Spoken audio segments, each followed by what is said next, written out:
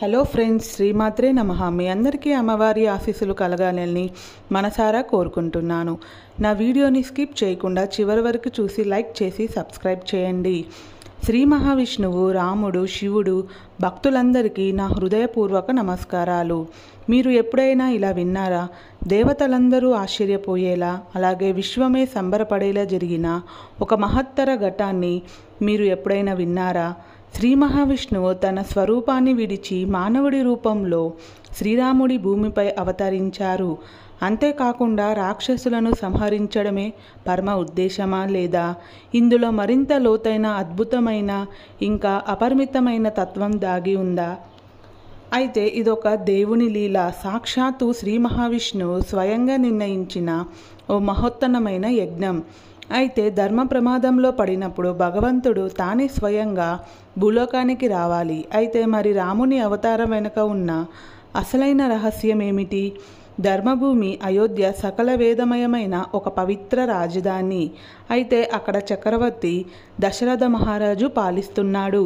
ధర్మం, నీతి, మంచి, ఫలం, రాజ్యానికి తల మాణిక్యం, అలాగే శాంతి స్వేచ్ఛలతో నిండిన నగరం అయోధ్య. కానీ ఒక దుఃఖం, అలాగే ఒక ఆరాటం దశరథుని గుండెని తొలిచేస్తూ ఉండేది. అదేంటంటే సంతానం లేని బాధ. అయితే ఆ రాజు ఎంతో ధర్మవంతుడు, ప్రజలను తాను సంతానంగా భావించే గొప్ప గుణశాలి. అయినా తన వంశాన్ని కొనసాగించే వారసులు లేకపోవడం వలన తన జీవితంలో పెద్ద లోటు, సమస్యగా మారింది. అయితే రాజుల సభలో కూడా దీనిపై చర్చలు జరిగేవి. మహర్షులు, మంత్రులు అందరూ ఈ పరీక్షకు పరిష్కారం చూపే ప్రయత్నంలో ఉండేవారు. అదే సమయంలో మరోవైపు భూమాతను భయభ్రాంతులకు గురిచేసే ఒక వికారమైన శక్తి పెరుగుతూ ఉంది.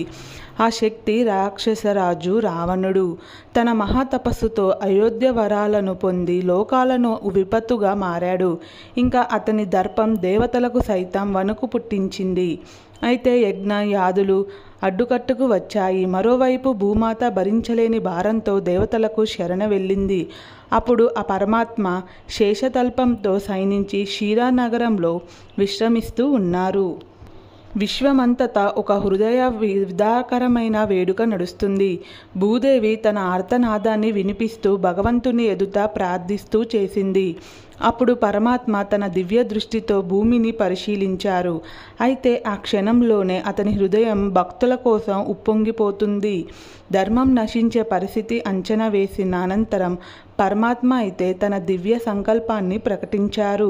అలాగే ధర్మాన్ని నిలబెట్టడానికి, రావణాసురుని సంహరించడానికి, భక్తులను రక్షించడానికి నేనే మానవుడిగా భూలోకంలో శ్రీరామునిగా అవతరిస్తాను. అయితే ఈ మాటలు వెలువడిన క్షణమే విశ్వమంతా మారిమోగిపోయింది. ఇంకా లోకాంతరాలు, దేవతలు సంతోషంతో జయ జయ ధ్వనులు చేశారు. అలాగే అప్సరస్సులు నర్తించసాగాయి.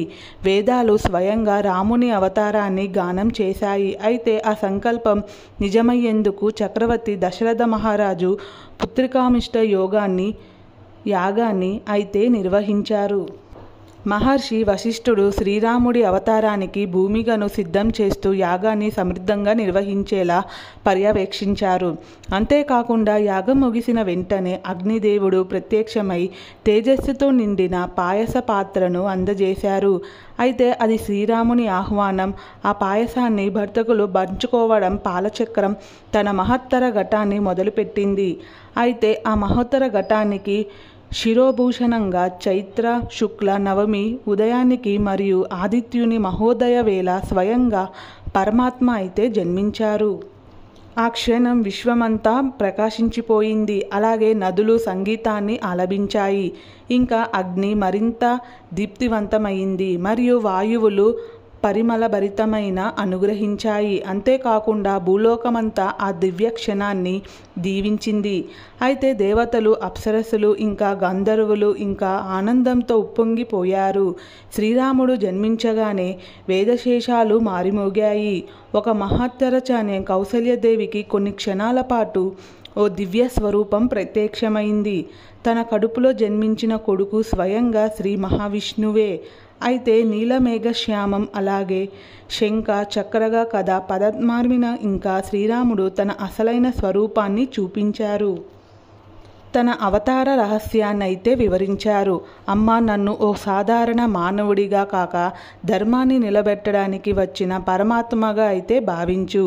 అంతేకాకుండా భక్తుల కోసం ఇంకా నీతికి పరిరక్షణ కోసం ఆ పరబ్రహ్మం అయితే ఈ అవతారం తీసుకుంది అని శ్రీరాముడు చెప్పిన ఆ మాటలు వేదాలకు కూడా అందని మహా దివ్య రహస్యాలు అయితే ఆ క్షణం సమస్త లోకాలకు దివ్యానందాన్ని ఇచ్చింది. అలా పరమాత్మ భూలోకానికి రాకపోతే ధర్మం అయితే పూర్తిగా నశించి ఉండేది.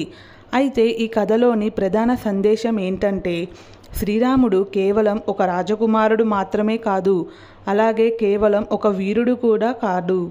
ఆయన జగత్తుకే మార్గదర్శకుడు. అయితే రామనామం అనేది మోక్షపదం. అంతేకాకుండా శ్రీరాముడు జన్మదినమైన రామనవమి రోజు మనమైతే రాముని స్మరించాలి. అలాగే రాముని గుణాలను పాటించాలి. ఎలా అంటే, ఓం శ్రీరామ, నీ నామమే మా రక్షణ, నీ ధర్మమే మా జీవితం అని స్మరించుకుంటూ రామనవమి ఘనంగా జరుపుకుందాం.